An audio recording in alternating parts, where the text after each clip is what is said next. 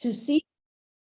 Yes, we got it. It's recording. I'd like to see if you could just put quickly in the chat, why particularly you decided to come to this meeting? Why now? What sparked your interest in this? Anybody? And, you could also say where you're from, because it might not, seem like an interesting speaker. Okay. That sounds good. I know one of the things that I've been thinking a lot about since I've been paying attention to the strike, I didn't realize AI was such a big thing for actors.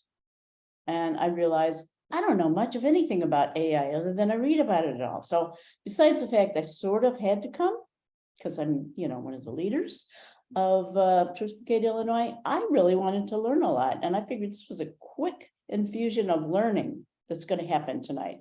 Okay, Judith says, I'm concerned about, and I've lost her, AI in general, but especially in the political sphere. Okay, so she doesn't care about the actors.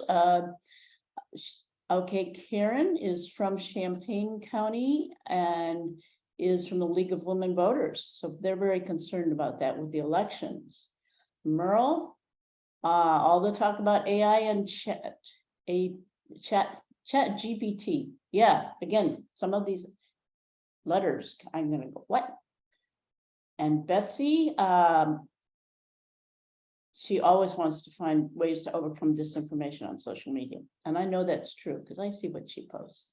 But she also does some really interesting photos of things in Chicago when she's not doing political things. Carrie,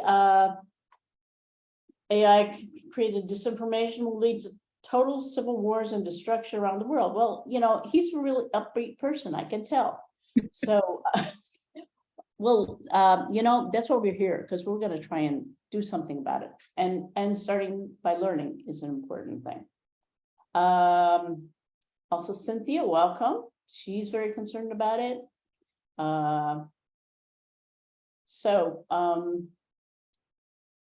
I am going to have the honor.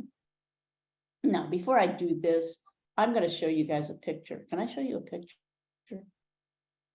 Oh, where is it? I can't find it. It's on my desktop. It should be on my desktop. Nope, this isn't it. I'm going to change where I'm seeing it, but I have a photo here someplace, which you really would like to see, I know. And who is this handsome person decked out in colors?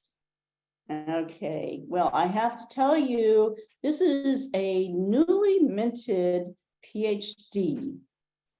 So Michael Spikes, who is our speaker tonight, is actually Dr. Michael Spikes as of, let's see, was it 30 days ago when you defended your dissertation, something like that? I think tomorrow will mark a month since I did. So yeah, so no, because it's June, it probably was 29 days ago. Anyhow, I'm really excited about having Michael here, besides being just through this intense process of getting in PhD while doing so many other things. I want to mention that he's a lecturer and project director at the Medill School of Journalism. He's got Medill in the background. If you see there, he's put that so you can notice in case you forget, from Northwestern University, of course.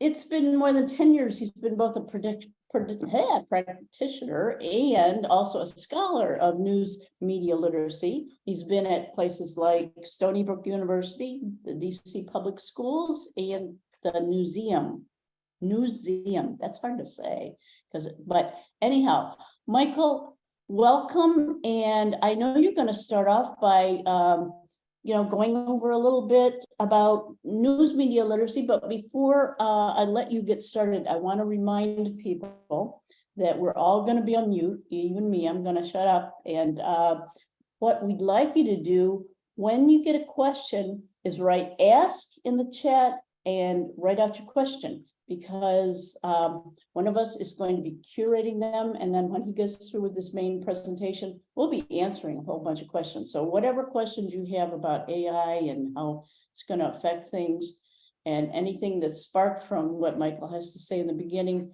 please put it in the chat and we'll have an opportunity later to get to those and get some answers. Michael, thank you for being here and welcome. So hello and good evening, everybody. It's good to be here with you all, especially with, a group of concerned citizens that are thinking a lot about these issues around mis and disinformation, an area that I've been involved with for a long time. Some of you might remember, I think I did a talk with this group, maybe, I remember it was kind of cold outside. So I think maybe it was a year ago in the fall, I think, where I talked to you a little bit about some of the teaching and practices that I've been involved with over the past, like you heard, over more than 15 years now, that I've been engaged in media education. And that has sort of spanned from being a high school media studies and media production teacher to being a media producer myself. I've been a radio producer for NPR affiliate in Washington, D.C., and also was a podcast producer in the Kellogg School of Management, all the way up to working with Stony Brook University and their Center for News Literacy, and then moving on to Northwestern, where now I am at Medill.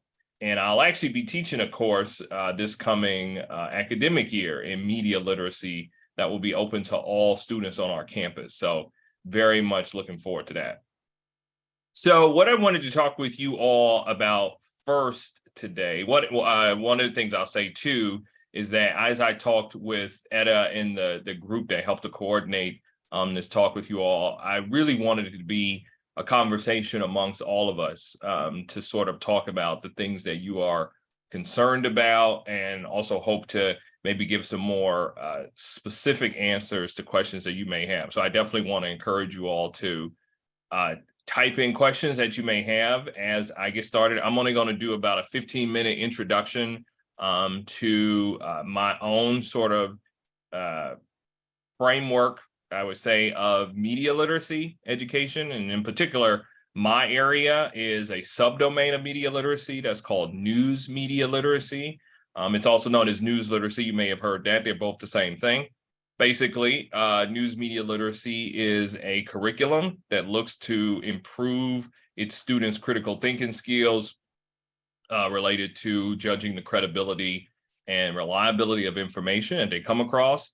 And what it does is it uses the skills and practices of journalists as a lens for both building those skills by adopting some of the skills that journalists use to do their jobs. It talks about journalism as a distinct genre of media, amongst others. And it also uses news, media, and journalism as a platform for practicing those skills. So I'm going to talk to you a little bit more broadly by using media literacy as a frame for thinking about maybe some of the issues that you've heard already today, those being that of misinformation, disinformation, and now that we're getting into this era where we're really getting worried about synthetic media that may be generated by artificial intelligence. So where I'm going to start in this brief introduction, let me make sure I have this up correctly. We've all been using Zoom for more than 2 years and we still have problems, but here we go. Okay, sharing that. Give me a thumbs up if you can see my slide. Cool, thank you.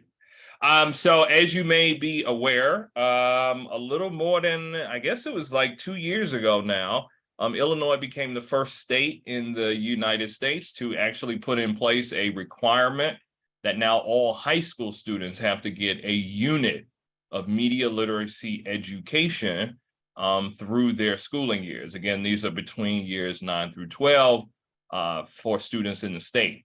Now, this law in particular is pretty broad in its approach. It just says a unit. It doesn't say a class. And it also doesn't say when this should be taught. It doesn't say where it should be taught, and it doesn't say how it should be taught. What it does include, however, is a specific definition for media literacy, which is helpful, which is something that my colleague, his name is Yanti Friesen, he teaches at Columbia College Chicago, helped to put into this bill that helped to define media literacy as so. I'm going to go ahead and jump over to that slide. Being that it is the ability to access, analyze, evaluate, create, and communicate using a variety of objective forms, including but not limited to print, visual, audio, interactive, and digital text. In this particular definition, as you see, it includes a number of skills. You see all those verbs: access, analyze, evaluate, create, communicate, and so on. And basically, when we talk about objective forms, we mean media in all kinds of forms. But in doing so, one of the things that Yanti and I really started to talk about and thinking about how this law might get implemented in classrooms is we felt it was really important for teachers to think very broadly. Again, you're going to hear me use that phrase a lot. Think very broadly about the implementation of media literacy so that they don't only see it as something that they engage with in a particular class, again, like a media literacy class, but as something that they could use throughout all of their teaching practices, no matter what subject that they're in. Because one of the things that media literacy, I think, is really good for is it makes itself very applicable to many different areas. And one of the ways we wanted to do that, to help teachers with that, is to develop somewhat of a framework for understanding media literacy. We take this sort of broad approach. So by starting an idea of this framework, there were a couple of things we wanted to highlight when talking to educators about media literacy. One of those is that understanding that media literacy is a collection of both knowledge about media and skills informed by that knowledge. So it's much more than just, say, a checklist. It's much more than just a set of simple heuristics or cues that tell us to think really deeply about, the media or information that you see. Again, it encompasses a lot of different things. And because of that, we also emphasize that media literacy is something that's an ongoing practice. It's something that one should look at engaging with continuously and building over time. I would even say for myself, being involved in this area for so long, there's a lot that I might know in the area, but there's still a lot that I still don't know and still learning from all of the people that I help to teach. And when overall, when it's enacted, media literacy should give control to the consumer or user of it to essentially choose what media to use, how and when to use it, and how to address its impact. So what we really try to focus on is building agency in those who learn these practices so that they can make choices about what media is useful to them, what is not, why it's useful, why they come towards certain pieces of media, and why they do not come towards other pieces.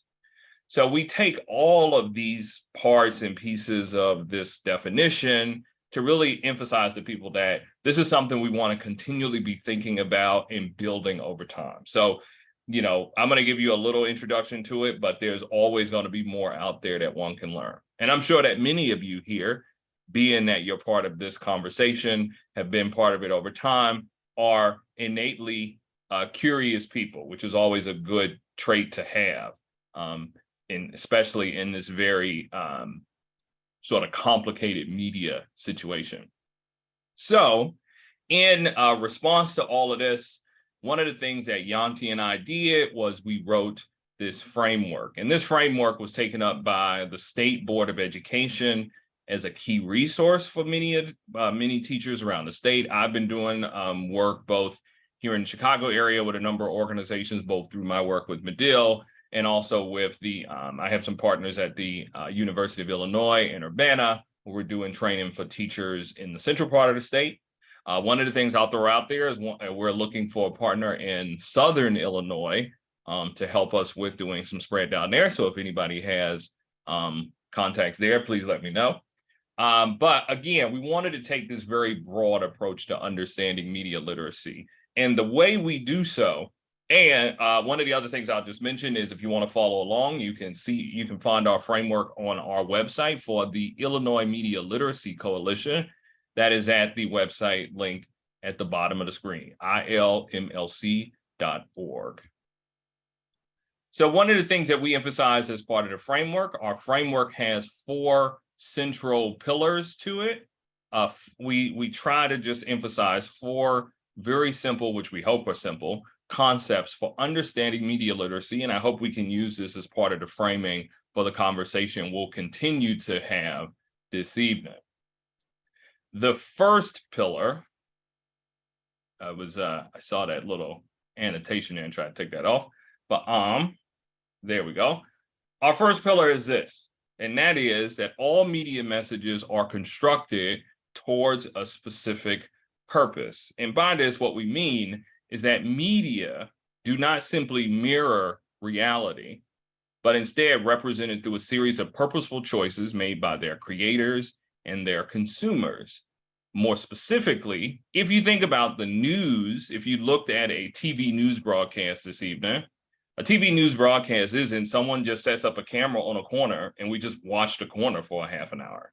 We see a series of stories that have been edited, that have been written, that are put together towards the purpose of informing us. Now, there are practices that are used as part of that intention. Journalists go out and they verify information, they check with multiple sources, they talk to multiple people to do so. And again, they make these purposeful choices toward informing their audiences. Now, sometimes those purposes may be used for different reasons. If we watch an advertisement, the purpose may be to sell us something. And again, the media or whatever form we're looking at it at, the creators of that media make, again, purposeful choices towards that particular purpose. And another term I might use for this is intention. And I want us to also keep this in the back of your mind, this idea of intent. What are the intents of those creating media, and how does that drive how they're creating that media? And then also for us as consumers, what are our intents for coming towards certain pieces of media? Because just like I have here, we make choices as consumers of what media we will pay attention to and what we will not pay attention to. Okay, so this goes back to this sort of broader idea, which sometimes can, be very abstract, and that being that we all sort of construct reality. And again, media plays a big role in doing so. One other example, kind of fun example I like to use for this, especially when we talk about teaching this with younger students, because obviously you're not going to tell 4th graders that reality is constructed and all these kind of things. But we talk about this story, that of the 3 little pigs. So we kind of know the story. 3 little pigs go out to, I guess, seek their fortune. One builds a house out of straw, one out of sticks, one out of bricks. And along comes who? The big bad wolf. But then the question becomes, who determined that the wolf was big and bad? What made the wolf big and bad? What might happen to this story if it was told from the wolf's point of view? Would he think of himself as big and bad? Maybe he would, maybe with the actions that were taken. But again, if we think about point of view, whose point of view is a story told from can help us think again about that idea of intent. And one of the other examples we use here is maybe some of you, if you've got young children around, may know of this book, The True Story of the 3 Little Pigs, where again, that story that I just told really, really briefly is told from the wolf's point of view. And the wolf says, I wasn't out to eat those pigs. I was just trying to borrow a cup of sugar and they were being really, really mean. Right? So again, it changes that story based on point of view and the intent of the creator.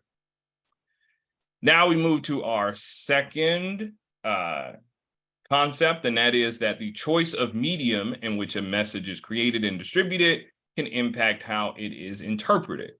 Some of you may be familiar with the author, and I think he was a sociologist, I think in my head, I hope I got that right, Marshall McLuhan, who wrote the famous book, The Medium is the Message. And we draw on that in this concept by highlighting that media comes in many different forms. And each of those different forms, be they text or video or audio, they all have specific advantages and limitations to how messages can be conveyed within them and how they are received. So an example of this can come from, if we have a story about, now this is an older story, but I do remember that it did rain a lot last week. If there's a big rainstorm in our area and we go to the news and we see news in a print form, it has the advantage of giving us, it has the space to give us a lot of details about what happened. We also might see a still image here, like we have here, of a flooded basement. That might give us an example of how bad that flooding was, say in a particular person's basement. Now, there are limitations. With this still image, we're only seeing it from one point of view. We're only seeing one angle. Who else? We don't know what else might have been going on outside of the frame. Also, if we only had text, we wouldn't have had that image to help. We would have only been able to use words to tell us how bad the flood was. Now, if we take this same story and we put it into a video form, now we can see more. Now we get moving images that might give us an example of how bad it was. It may be more, it may capture our attention faster and so on. But again, in the video space, stories are very time limited because a broadcast is only so long, stories can only be so long. And in those cases, we may not get all of the details needed, because I might look at this story and wonder, well, how did that car get there, right? And they may not have had time to explain that, but they'll definitely show it to us. So again, in both these cases, there are advantages to consuming news in each of these different forms, and there are certain limitations to them in each of these forms. Medium is message. Our third concept hits on that media are powerful communication tools that people can use to influence actions, attitudes, beliefs, and values. So as we know, media can influence in lots of different ways that are both obvious and subtle. It's probably one of the reasons why we have gotten into the situation that we're in now, when we talk about mis and disinformation and its impact on people. We've seen examples of media like movies and television shows. They do more than just entertain people. Lots of times, especially when these films and TV shows go overseas, they also communicate to people who may not be very familiar with the United States, our values, our beliefs, things that tell them, like, this is what it means to be an American. Sometimes our entertainment media can also reflect our own beliefs back at us. So if you think about the proliferation of superhero movies, it might say to us that lots of Americans like to think that they are heroes. We like stories about single people who can really take on big enemies, right? So again, these are mediums or media that do lots of things more so than just entertain. And I'm going to jump over to our fourth concept, and that being that analyzing media messages, evaluating their impact, and reflecting on our own media use can provide us greater control over its use. And through this description, I come back to this idea of, one, thinking about intent. Again, we can think about what are our own intentions for coming towards certain pieces of media, why we may react to certain pieces of media in certain ways, but it also can give us agency and greater agency over its impact on us. So overall, when one learns these skills, takes them up, practices them over time, the goal is to develop a sense of well-being and agency with media through, I put it here as inquiry, but we can also think of this as asking questions and reflecting continuously on the media that we consume and also the media that we create. Because we also emphasize that these days, we're not only media creators, but we're not only media consumers, but we're also media creators. And there are responsibilities that go along with that. So with all of these concepts, and I know I've gone through these pretty quickly. Again, you can read a bit more on these concepts by taking a look at our framework. It's, it's free to download and take a closer look at. But all of these sort of lead to what we hope is this greater sense of agency when engaging with media. So with that, I know we're going to move over to some questions and answers. Some may be connected directly to maybe what I just described to you, and some of the issues that we've talked about at the very beginning, including issues of mis and disinformation and its impact, and the scourge now of artificial intelligence. Thank you, Michael, very much for setting kind of a groundwork for us with the work that you do and have been doing. And so we're now going to shift gears and have a conversation. Candace Davis is going to be here along with Jackie Haynes. And they represent two of the other leaders of Truth Brigade, Illinois. They also represent the two legal minds of our group. And Linda Callis, who's in the background fielding questions, will be helping with the discussion. So Candace and Jackie, why don't you take over and start talking? Thanks. Michael, your approach sounds great. And I love the idea that kids are required to do some of those, to have some training on it. But do you think that if kids get that kind of training, we can inoculate them against disinformation? Do you think we can train them? Do you think it works for avoiding believing conspiracy theories that they see online? Well, if we think about the, in particular in the research realm, and this was one of the reasons why I myself decided to make this move from being a practitioner to a scholar, and I actually sort of call myself somebody who tries to build a bridge between both of those worlds. And that is that there are theories out there that are known as inoculation theory. And inoculation theory does take this approach that if you may have heard, maybe you've talked about it in your group, a term that may be related to this is pre-bunking.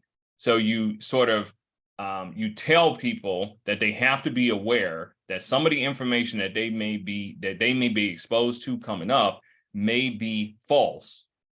And if you can even get more specific and tell them this thing might be more likely to be false, the idea would be, and you might give them, say, skills to help them tackle that information or know what questions to ask. The idea would be that by doing so, that person would have less of an opportunity to be impacted by, say, a piece of false information. Now, there are lots of approaches we take to this, some of that being education. I'm definitely a proponent of it. This is what I use. But I will also say that it's not, we don't have a silver bullet. So while I think education can be helpful, education can only go so far. Teachers have impacts on young people, true, but what happens when that young person leaves the classroom, right? So again, the one thing that we can hope is that we can continue to engage with these ideas. Again, this is why I mentioned that my colleague and I really wanted to take this broad approach, because to us, the best case scenario, and this might even be a little controversial to say, is that the phrase media literacy is not something you even hear in a school. It's just something that everybody does, right? And what I would love to see is that not only the social studies classes and the English classes where this is usually brought up, these are not the only places where media literacy concepts are brought up, or the processes of asking questions of where information comes from, where is the evidence, and so on, but it's something that pervades throughout one's sort of daily life. And last thing I'll say to that is that I think it's becoming more important that people obtain and think about creating a disposition rather than just building a number of skills to sort of take this on. And that's a really hard thing to do, and it takes time to do. Well, we will all start trying. How early do you think some form of this topic should be taught in schools? Is it ever too soon? So I don't think there's any time that would be too soon to do so. colleagues of mine and I have actually been pushing a little bit that while we've gotten high school to be that area where students will start learning this, we hope that's not the point where they're only starting to learn it. But we've actually been starting to think more deeply about middle school as being sort of key time to start teaching, I think, the more specific media literacy skills. Now, granted, you heard me talk about point of view. That's one that's connected. That's a concept that's connected to media literacy that lots of times is taught to elementary students, but especially for middle school students, because these are young people or adolescents who are beginning to, form their own identities and ideas about the world. And what we will hope is that these sort of concepts and ideas can become part of that very formative time for those young people. So I think, and while I still on the search for research results that may also help us to define this better, but I do think that that middle school age, like maybe 6th grade, 7th grade, would be a really great time to really start digging into these. What's your take on this outburst of, well, the refinement of artificial intelligence that makes the production? My understanding of artificial intelligence is that it has a sophisticated access to data. And so it's like a super Google that can create a lie, create disinformation extremely quickly and repeatedly. So what's your take on what we do about it, what we do about teaching and fighting disinformation in the age of AI? So when it comes to AI, a couple of things I would throw out there, especially I think, there's been like this groundswell of talking about AI as if it's brand new. One of the things I would emphasize is that AI is not a new thing. Artificial intelligence in itself is not new, and it actually encompasses a lot of different things. So one of the ways that I think that has really put AI into the forefront is ChatGPT, right? Like lots of us know of the website, lots of us have heard of this particular technology, and we know that this is something that can generate text or a convincing text based off of a prompt. Now, with that being said, with something like ChatGPT it is something called a large language model. And what that actually refers to is basically it is a computer program that has gone out into the internet, has been fed all kinds of information. And what it does is it can find patterns in words that are used by people through conversations they have had, lots of times through social media platforms. It can use the conversations that people have had. It can analyze the conversations that they've had, and it can say, oh, when somebody says the word and, the next word might be the, or something like that, right? So what it does is it looks for patterns, and it's gotten really good at putting together patterns of words in a way that sound like somebody would have responded to it. So when we talk about something like ChatGPT, what we're really talking about is a large language model. If you're thinking about AI in general, you could be talking about things like autocorrect on your phone, right? You probably typed on your phone and you see it pop up the next word that might come up. Or if you type the wrong word, it tells you, oh, here's the way it's supposed to be spelled. One could argue that that's a form of AI. It's just autocorrect, right? So there's lots of different forms of it.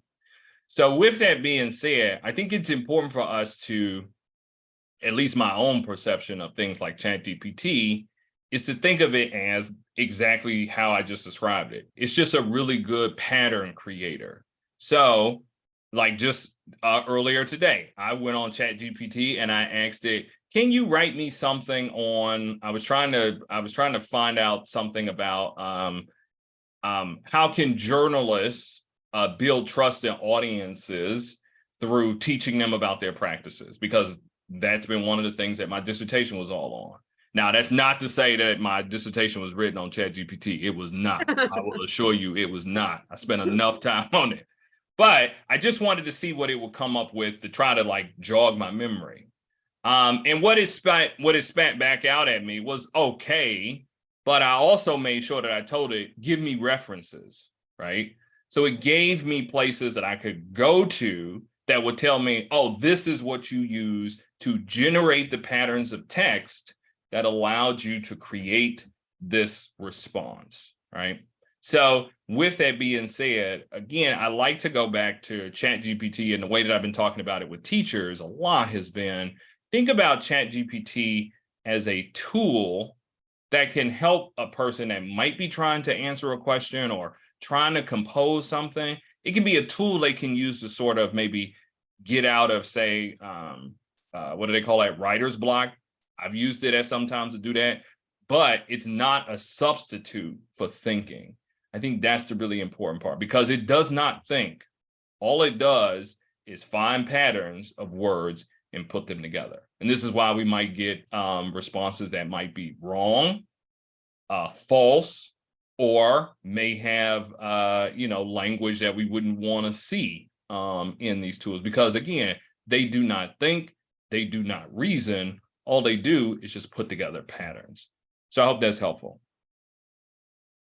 I think it was very helpful. Thank you. Do you think AI has the positive potential to make people more careful about checking their sources and providing tools for checking as well? So one of the ways I like to think about that is that it may have made lots of people more aware of the issues, because now, as probably many of you have heard, arguments toward AI, especially as we get closer to the next election, is it's becoming cheaper and cheaper to create, whatever kinds of text one needs. And it can be used by those with ill intents to create false information really, really quickly. We've seen examples of that. One of the links that either will be shared or was already shared with the participants tonight talks about artificially created or synthetic images and video that have been created as part of political campaigns. So I think lots of people are aware of the issue. Now, with that being said, I don't know if it's making people any better at finding it. Because again, if you go back to some of the parts of the framework I talked about, one of the things we have to sort of, I would actually be a proponent of, is again, building this disposition towards always asking questions like, where did that come from? Who else is saying this? How do I know this is true? What's the evidence for it, right? That can't be told to us in that, that very quick moment that we may have seen something, we may have read something, we may have watched something. So I think, I probably would hate to say it, I think things are probably going to get worse before they get better, but there are still lots of people, I'm sure, that will be out there that will be ready to debunk any information that will come out that has been artificially created. What are you, so how do you see yourself fighting that increased volume of information? Do you have reliable sources? I mean, what do you do personally to make sure, you can't fact check everything, right? I mean, Noah's time. So do you do it based on sources? So yeah, so that's a good question. So some of the things, like one of the questions I get asked almost every time I give a presentation is, especially if it's about news literacy, the question I get asked is, where do you get your news? And more specifically, probably what they really want to ask is, where should I get my news, right? And what I tell people in response to that is not my goal. My goal is not to come here and tell you, you should be reading this, you should be watching this, you should be doing that. Because the idea with news literacy and media literacy is that we would obtain the skills needed so that we can make the determination of what is useful to us, what is reliable, what is credible. Now, with that being said, that relies back to and goes back to this idea of building a disposition to making sure that the information we want to find or use is reliable, that is credible, and that is verified.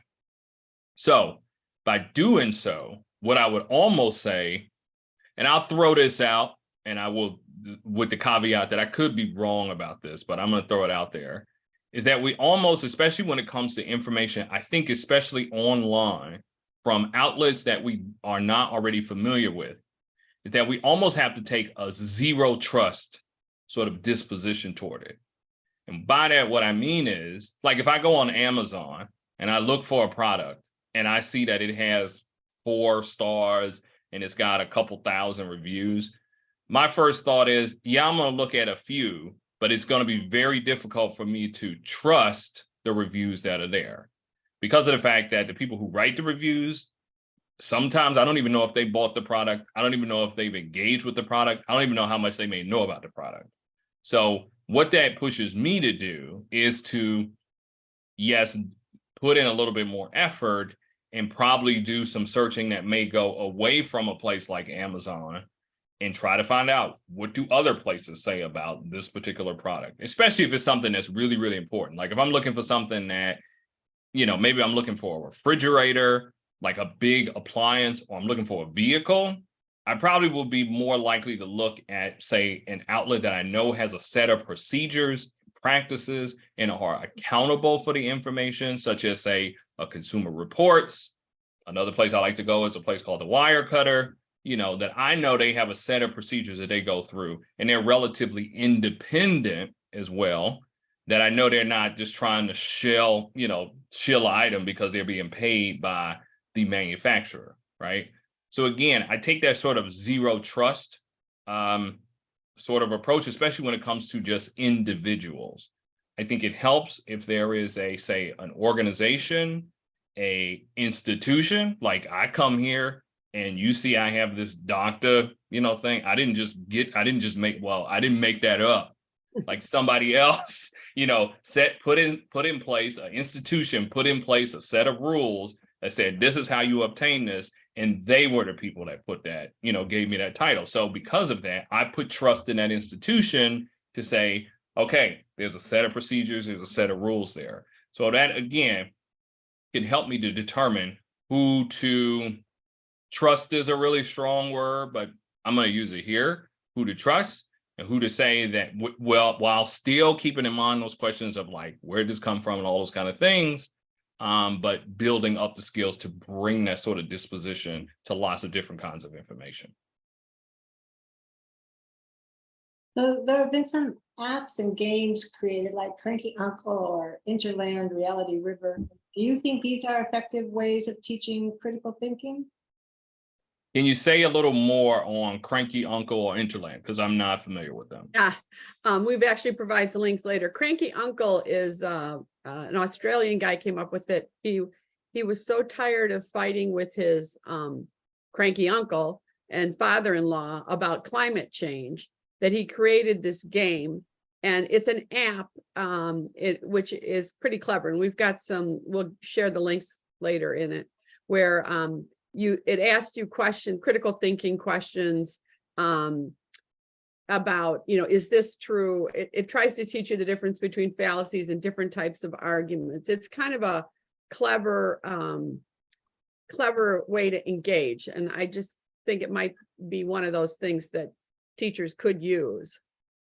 Yeah, so I think with things like that, I think resources such as these, like the games, can be really good when they're paired with other kinds of learning. So say, for instance, say you've taken like an online class, or maybe you were in a class, or maybe you went to a talk, or maybe you just heard me talk about these pillars. And then you go to use those tools. Again, I like to use that and resource. You use that resource as, again, an opportunity to practice the skills that you learned. In that particular case, I think it could be good. Now, if it's just sitting alone, however, I'm not a huge proponent of that, because there's lots of times as a practitioner, and again, this would sort of push me to really go, I need to build evidence toward even the models that I was even using to teach these things, to find evidence that says this actually works. But when we have lots of these resources that are out there that sort of sit alone and really encourage us to say, here's the thing that's going to teach you the skills you need to know, I think that is not helpful.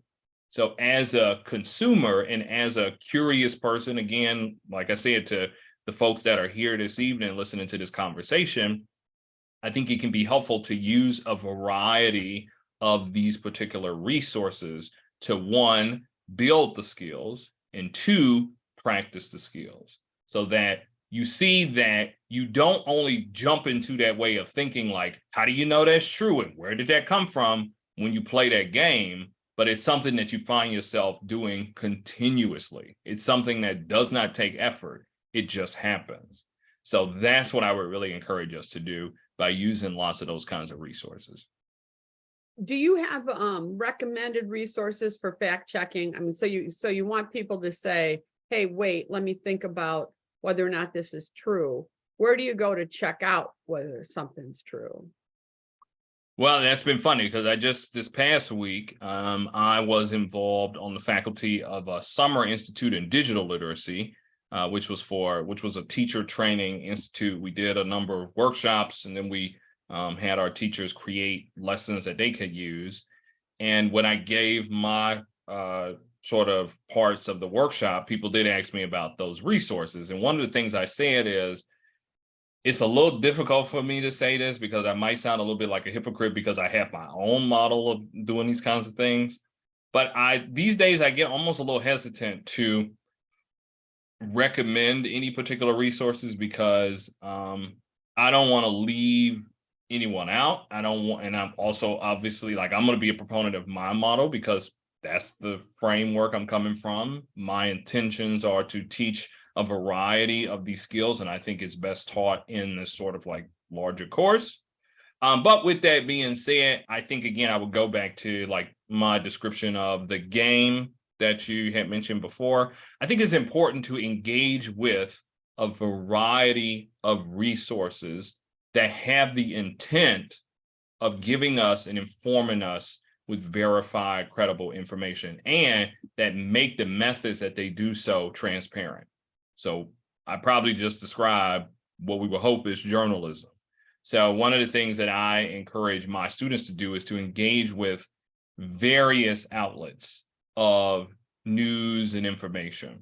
So I would definitely say, like, the games that you see, like, think about those. The news that you consume, again, think about those, how you use them. Use them as platforms for practicing the skills that you may have learned from other resources, which may include things like, now I guess I'm doing the endorsement, might be something like the tools that come from places like the News Literacy Project, the Center for News Literacy, which are the people that I used to work for, Common Sense Media, the National Association for Media Literacy Education, among lots of others. So there's lots of them out there. You know, now it's just finding ways to use them and implement them. Thank you. Are you aware of disinformation campaigns that target communities of color and or Spanish-speaking communities? And is there a way we can educate or inoculate those communities? Yes, I am familiar with a number of these sort of campaigns. We probably see some of this even happening in our political arenas, where candidates who have the intentions to be reelected will use maybe not outright falsehoods, but will definitely misconstrue or leave out context or all kinds of things like that when trying to encourage someone to vote for them. So in those particular cases, we have a couple of projects that are out there that work with these particular, that are targeted towards those communities to make sure that they are not taken up by this information. I in particular was involved with a project with, I can't remember the organization's name. Not right now, but this was a couple years ago. This was like back with the 2016 campaign. We were doing some of this where we were trying to bring in people from Telemundo to talk about these issues with Spanish-speaking media. So again, it can be really, really important for, I think, people of all different backgrounds and so on to be aware of these skills, because definitely in terms of these campaigns, they definitely try to take advantage of things like identity, background, language, and so on to build trust but by doing so, by sharing lots of information that may or may not be true. Okay, I think what we're going to do, thanks for answering those questions, is move on to some of the questions that our participants have asked. And Linda is going to, hold on, spotlight. Linda is going to ask those. Okay, thanks, Candace. Michael, I'm actually going to ask two questions here because it's kind of related. But somebody made a comment that their concern is really, how do you help? So you were talking about, you talk to students, how do you help other adults not fall into that disinformation trap? And specifically, this person wanted to know if you had any suggestions for how to fight back against some of the disinformation that's well known on Fox News, Newsmax, and other kind of viral posts on social media that we know is not correct. And as part of that, we have, as we've gone through this journey and talked to some experts, one of the things that we're told is don't directly debunk something and name it, because you kind of put the focus on the lie, and maybe that spreads the lie a little bit more. So somebody doesn't read the detail, they just kind of hear the lie again. So what's your advice for how do we essentially, help our friends and relatives who have kind of already gone down this hole, and without just, trying to show them facts, because that doesn't work either. So what suggestions do you have? Yeah, and I want to thank Betsy for that question. I did see that she had typed it in the chat. So just like you said, yeah, you definitely don't want to directly engage with a person that's giving you, that may believe a particular falsehood, and because there have been studies out there that have really talked about this idea of, we used to call it sort of like the backfire effect, where if you sit on the opposite side of an issue and we think we just give people more and more information, and that will, convince them to change their mind. And really what it does is it just makes them double down in their own beliefs. So what another term that I like to use around this is I just had it on the tip of my tongue. I can't remember it. So let's use backfire effect for right now. But they really try to hold on to those beliefs, because especially if it's something that says to you and kind of settles for you, like who you are, it can make you so defensive if somebody comes to you and tries to tell you that that's wrong, right? So instead of that, my own suggestion lots of times is to try to encourage them and try to encourage curiosity in that individual. And one of the ways that we can do this, and this is what we talk about with students, and definitely was talked about a lot in the institute that I just taught in last week, and that is to first model the practices that you want to see other people do. So when you come upon information, even if you're among, and this could be really, really hard, but even if you're amongst a group of people who generally agree with you and have the same ideas that you do, if you hear something, or some piece of news comes up, or a piece of information comes up that might not come from just one particular person, but comes from a group, one group, you may want to ask the question, where'd you hear that from? Could you tell me more about that? Tell me about that outlet. What makes, what kind of evidence came towards that, right? So in those particular cases, we model the practices that we hope that other people would take up, such as asking the question of, where did you hear that? Where did that come from? And so on, right? I've even had in the back of my mind the idea to run a study where you put people together and you kind of insert people to be those very questioning folks and see if others take it up. Because while I will admit that this probably like pops up in my mind, because I would like to think that other people do this when I come around, because I tell you, when I talk about the stuff that I do, the first thing that people will tell me is, well, that Facebook stuff, I don't really use that. I don't really read it. I don't really spend all that much time on it, right? Because they probably are thinking like I'm judging them for using it. But I say to them, like, there's nothing wrong with that. You just want to be able to bring, again, think about your own intents for coming towards it and ask those questions. So again, I think, again, that idea of modeling and and the other part I would say encouraging curiosity in all the people you work with. And it can be really, really difficult to talk with a person that is all in this conspiracy theory or is all in on some idea that you like, I don't think that's right, to ask them questions, just engage and be curious, and the hope being that it will encourage them to do the same. Now, I don't know if that's going to change their mind, but the hope would be that, again, if they could engage in the practice of asking questions, being curious, and so on, that they may come to these ideas on their own. And that would be much more impactful than somebody trying to throw lots of ideas at them that they may or may not agree with. Okay, thanks. You kind of talked about this a little bit when you were talking about you would hope that what you teach in media literacy kind of gets used throughout all the curriculum, but can you kind of talk about the intersection between media literacy and critical thinking just generally? That's an interesting question. I don't know if I would see a difference between the two. However, when critical thinking comes up, critical thinking, encompasses a lot of things, and media literacy is it in this particular lens of thinking about media. So I probably would say critical thinking, when we think about critical thinking, it does really go back to asking lots of questions of the things we come towards. And I might say that it would also include the ability to be comfortable with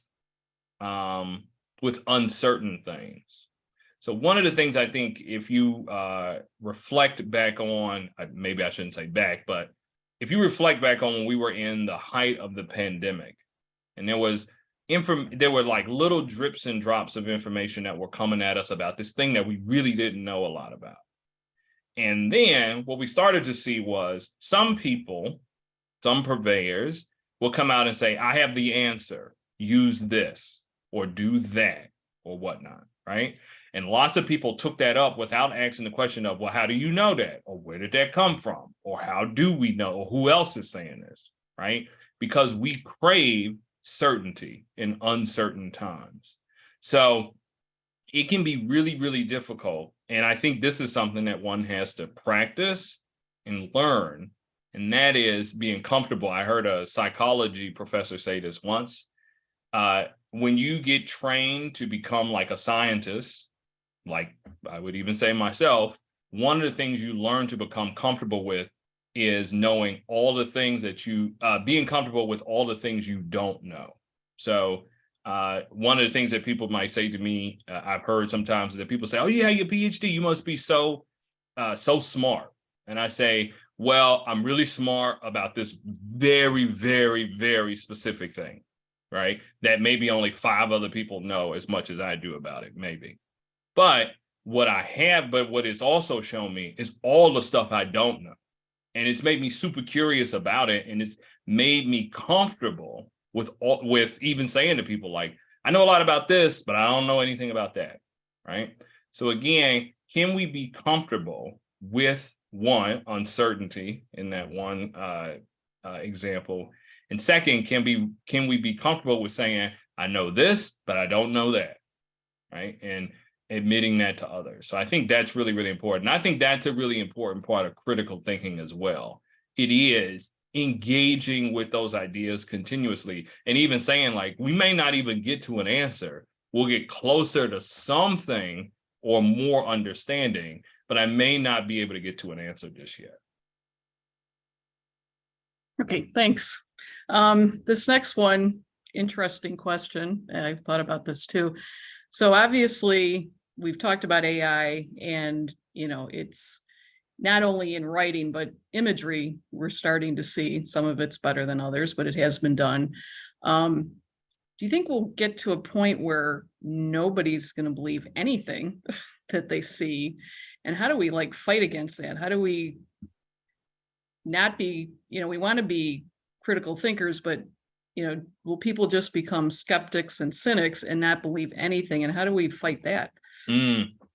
So that's a good question. So one of the things that people talk about, especially when we talk about like the good and the not so good about media literacy education, is there is a fine line between healthy skepticism, which is what we want to encourage. So people ask questions and you go, I wonder what that might be. I think that would be indicative of skeptics, which I think is very good, and not turn them into cynics, which is the people who don't believe anything, who say, I can't trust this person, I can't trust that, can't trust this, can't trust that.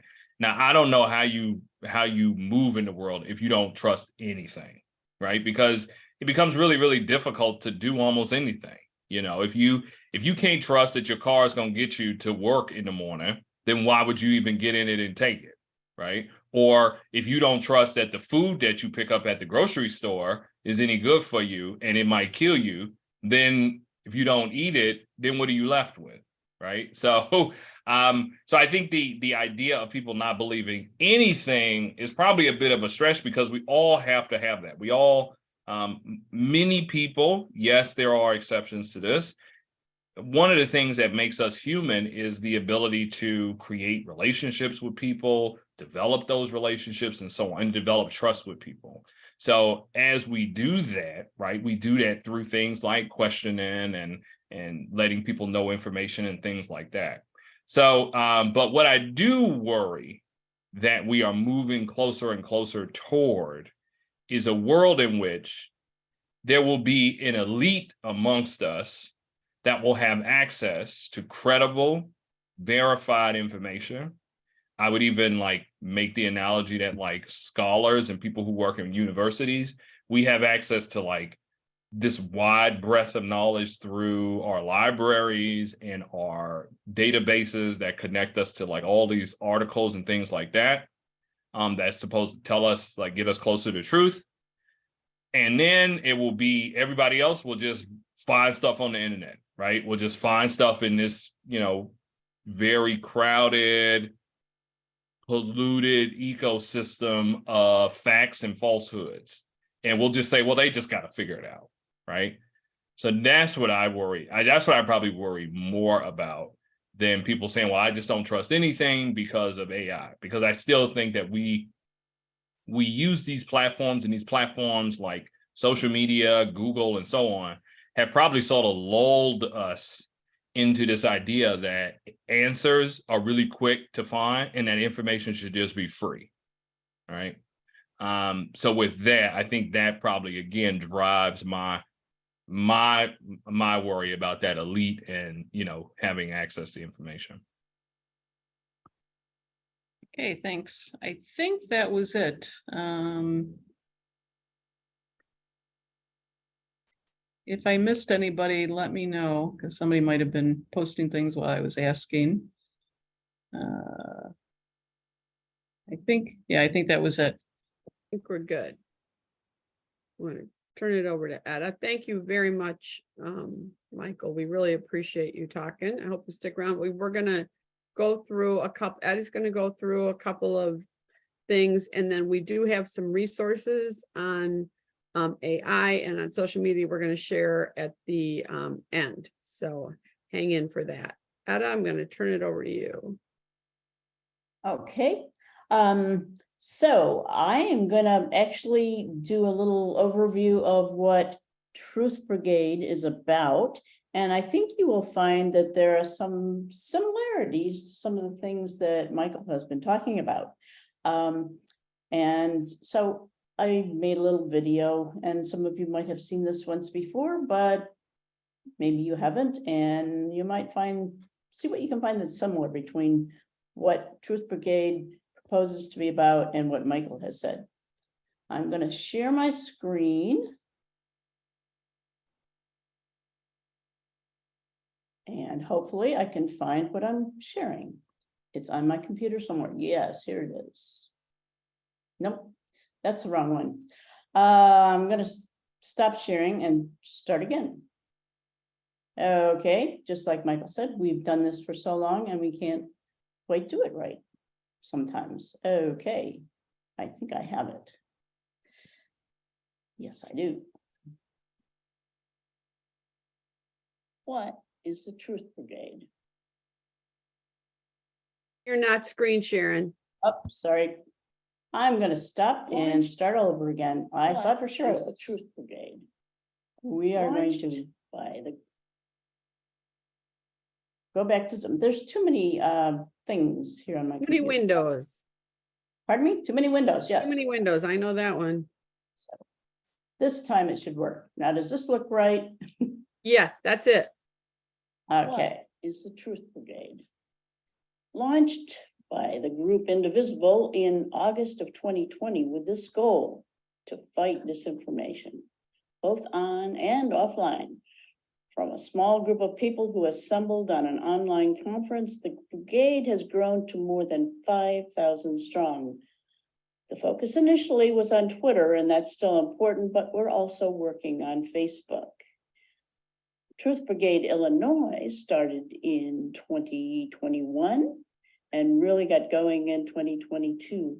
And we're going strong. Now you can be part of Truth Brigade, and there's 5 things that you really need to pay attention to. First, never amplify disinformation. No clicks, no angry faces, no comments, no sharing, nothing. Do you know why? Because the algorithms on social media platforms take that as a signal to spread the disinformation further. So step away from the keyboard when you see something clearly untrue. Next, make a truth sandwich to share, confronting this disinformation. First, connect with people using shared values, something that pretty much everyone can agree on. For example, we all care about our kids getting a good education. That's the top part of the sandwich. The next layer, you insert the lie and maybe the bad actor, but we usually don't name them specifically. So middle layer might be something like this. You kind of wonder why legislators in Florida are demanding that teachers not mention any LGBTQ issues in the classroom. Now, the bottom part of the sandwich is to come back to truth and vision for the future, or a call to action.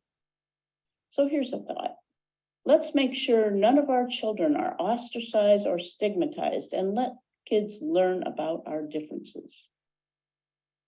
Next thing, when you do a post on social media, always include either a graphic or a link to a credible news source.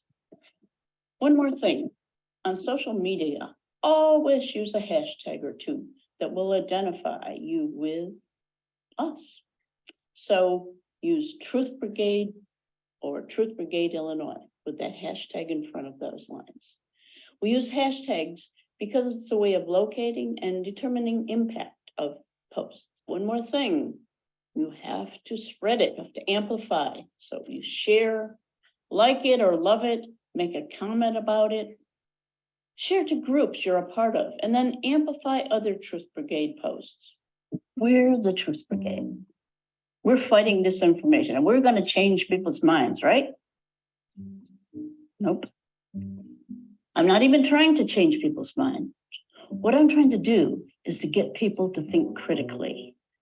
In the beginning, Truth Brigade focused a lot on Twitter, but now we're really focused maybe even more on Facebook. And you know, to me, that really makes sense because I've got friends probably like you from grade school that are my Facebook friends, maybe friends from high school and college and from the first job I had in my 20s and then stuff, other jobs I've had through my lifetime, and neighbors I had 10 years ago, neighbors today. There's a whole bunch of people that I have an impact on. They're thinking that I have some credibility. I'm a trusted messenger. So when I put out something, because maybe I do a little more research than they do, I put something out there on Facebook and say, maybe we should look at this a little differently. They may stop and think. They may actually look up that link. They may follow up and find out some more information. And then start going, you know, maybe I should not think that way, or maybe I should step back from being quite as critical about. I'm having an impact if people start to question some things. And maybe the person I share something with that picks it up from Facebook, they look up that link to that article and then they tell somebody about that, or maybe they're in their knitting circle and they start talking about it, and there's a whole bunch of people maybe then that start questioning things. It's a sneaky army we are, but we are an army of people that are out there fighting disinformation, not with big cannons, not with going out in hand-to-hand combat, but we're sharing the truth and encouraging people one at a time to start questioning things. And we're supporting each other in that by amplifying each other's posts and what we're doing. I hope you'll join us if you haven't already. Thanks. I'm Etta, and I'm a truth creator. Okay, so did you find some things that were pretty similar to what Michael was saying? I think I certainly did when I was listening to him. And it's interesting, while Michael was talking, I got a notification from Twitter. It was something that came up and I went and looked at it. Did you know that Joe Biden fell asleep at the NATO conference? Well, I went and looked and checked. No, he was reading from notes, but it went out on Twitter, got lots of shares. People were commenting about how he's really losing it. A little bit of disinformation just within the last few hours that came out. And, you know, I gotta say, I wanted to go take that little fact checking thing and respond to the guy on Twitter, but I did not because I know that wasn't the thing to do. So I have been trained. I'll let myself think about how good it would feel to do that, but I won't do that.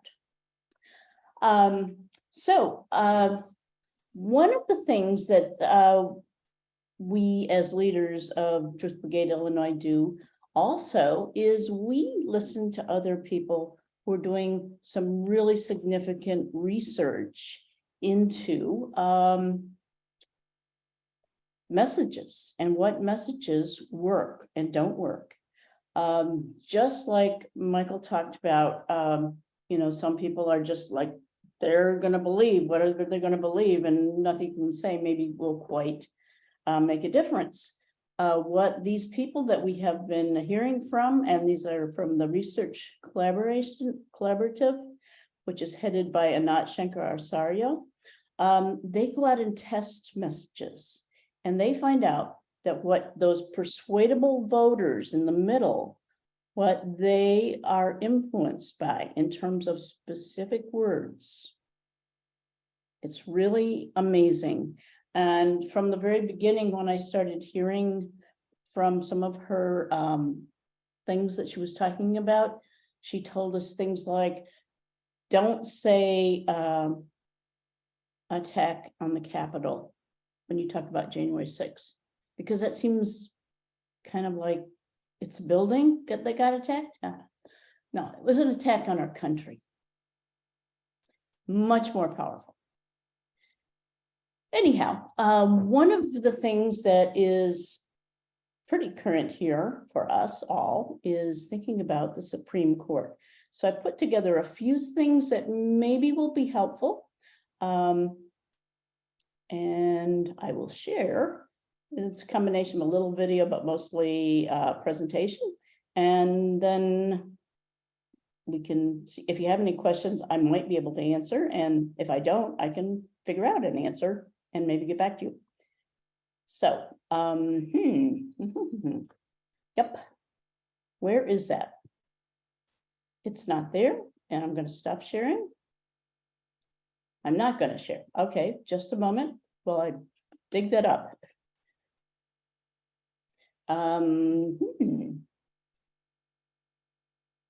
So I am not finding what I'm looking for. So will somebody? What is the Truth Brigade? Yes. Give me a moment to not say something. Okay. So Sorry, did you find it?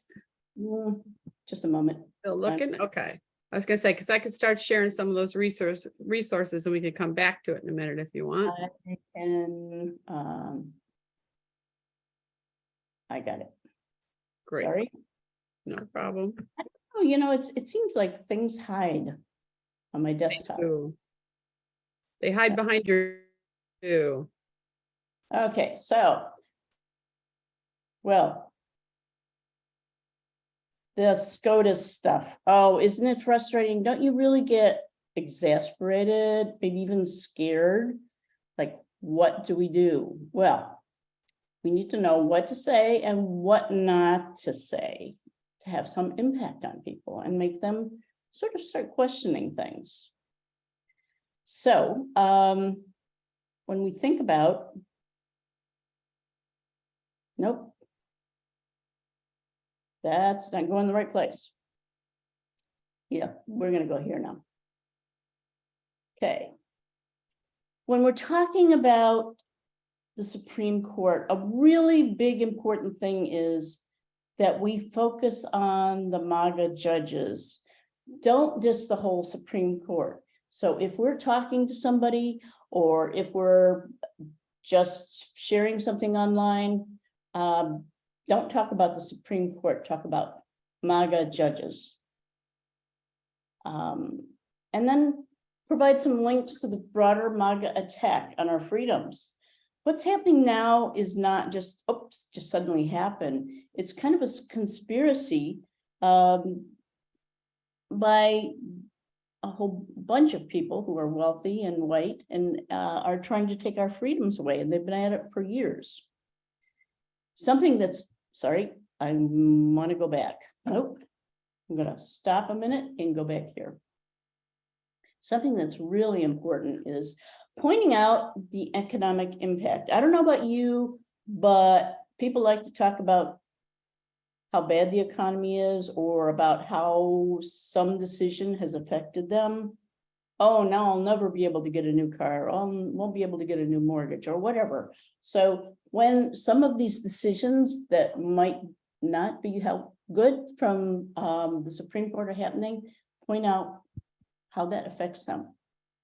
And then also connect the overturn of Roe v. Wade and freedom to decide about our own bodies to other MAGA attacks on our freedoms. It's also okay to specifically mention cases and also the impact, but talk about what the case is. For example, a very recent one, and it might in fact impact some people significantly.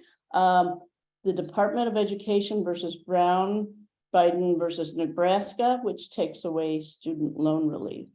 So if you're talking about things, just don't say a case, but also talk about what it's about. Another thing, and this is the do and don't part, do remind voters.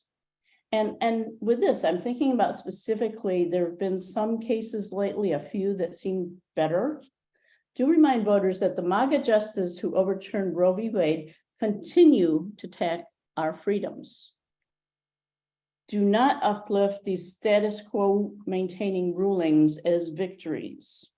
So the redo of the congressional maps in North Carolina, the challenge to Indian welfare to keep kids in their tribes, that was held up, and the state courts not having free reign on election issues. They're just maintaining the status quo. Do signal that these MAGA justices are ruling for the wealthy few. Do not call this a victory for democracy, because our present day system cannot be called that exactly. Do lift up the tireless work of progressive advocates on these issues, but don't call this a win for voting rights, as we have gained no long overdue and desperately needed protections for voting or expansion or access to it. Do continue to link anything happening with the Supreme Court to what's going on in the House and red states, press for action and electoral accountability against the MAGA Republicans, but do not praise the billionaire bought justices for these rulings. So if Clarence Thomas voted for something that was good, don't praise him just because he did. Now, there's some recent losses that have been kind of hard. So here's a suggested messaging for that, and you'll pay attention because think about the truth sandwich that we talked about, and where there's first something that's a common truth, a common value. It starts out with this: no matter what we look like or where we come from, we all want to be treated as equals. But since our founding, those in power have used the color of our skin, who we love, and what's in our wallets to ration rights, take away freedoms, and deny opportunities. So we've already transitioned into kind of like the bad news and the bad stuff that's out there that we're going to ask people to question. We go on from there. Now, the MAGA justices on our Supreme Court, bankrolled by billionaires, have recommitted to discrimination, ruling to make freedom a luxury for the straight, white, wealthy few by banning efforts to create equality for students of color, letting Wall Street gouge profits from students struggling to make ends meet, and allowing businesses to discriminate against LGBT people. We must make America a place where people of all races, backgrounds, and genders are free to learn, love, and thrive.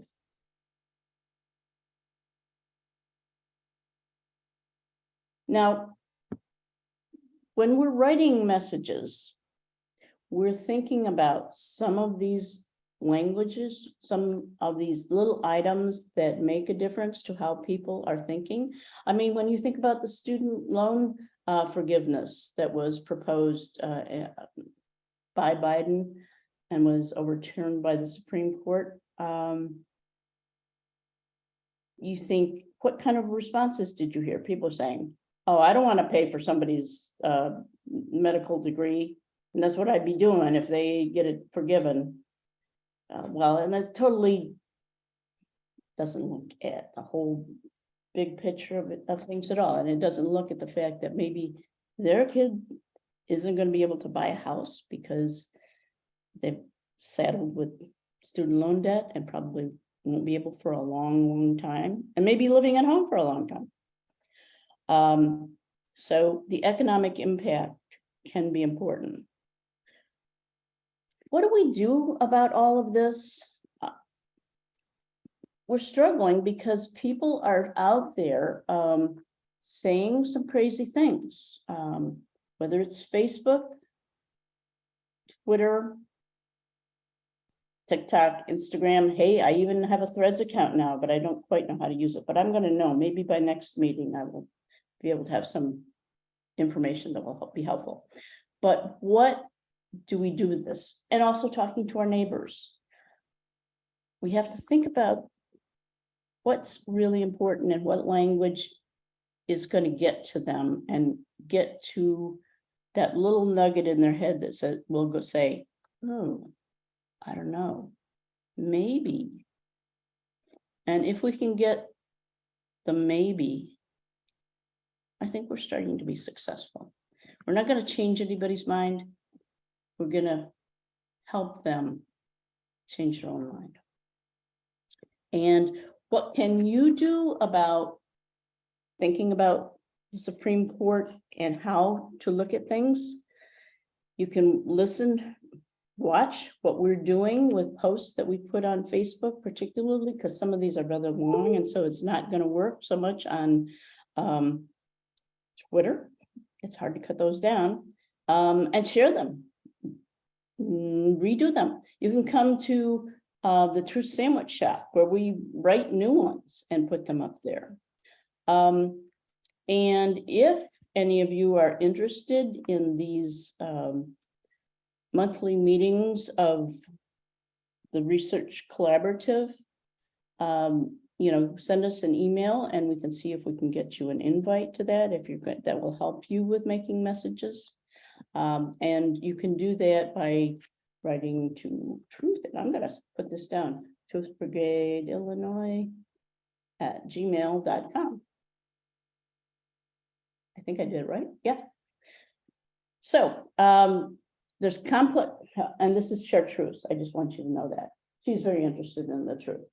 I don't know if does anybody have any questions, or shall I turn it back over to Candace and Jackie?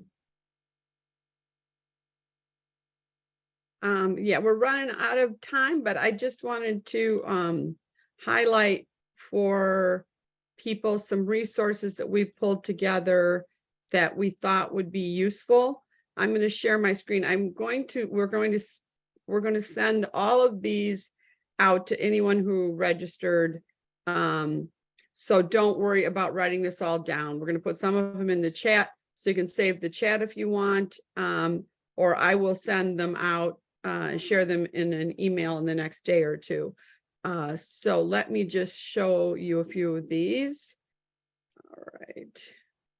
I just need to switch over. It's always a challenge.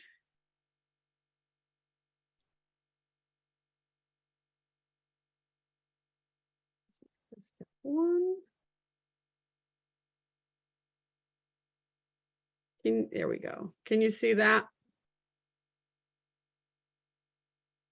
Okay.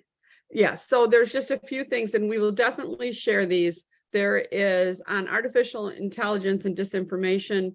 There's a great article from CNN that just came out today about how the social media platforms could face a perfect storm of misinformation in 2024.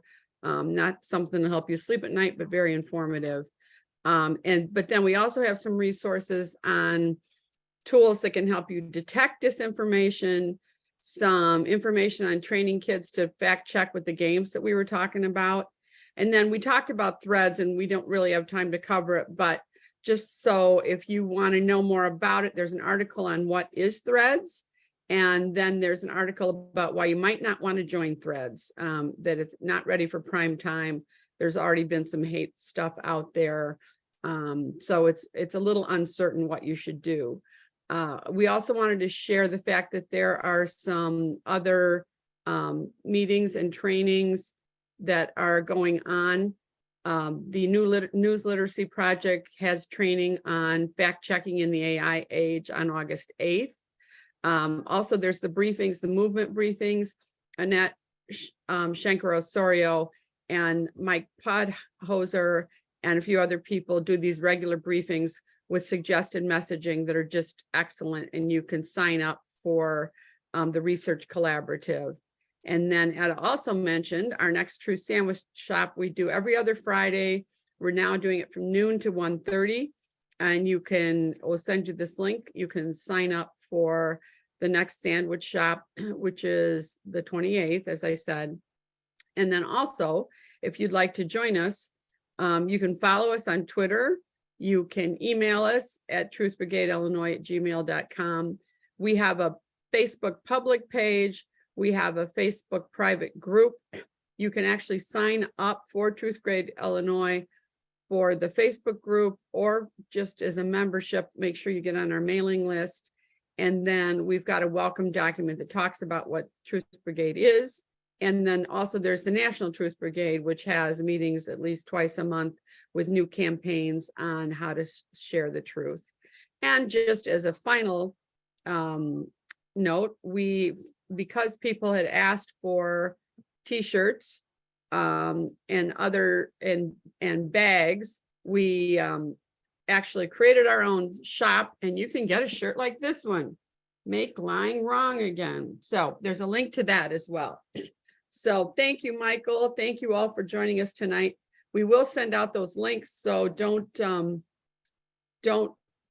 worry that you might have missed something, because we'll get it to you. Oh, Michael says, thanks for having me here. If you have any questions, please feel free to reach out at michael.spikes@northwestern.edu. So thank you very much, everyone, for joining us, and keep fighting for the truth. That's all we can do. Take care.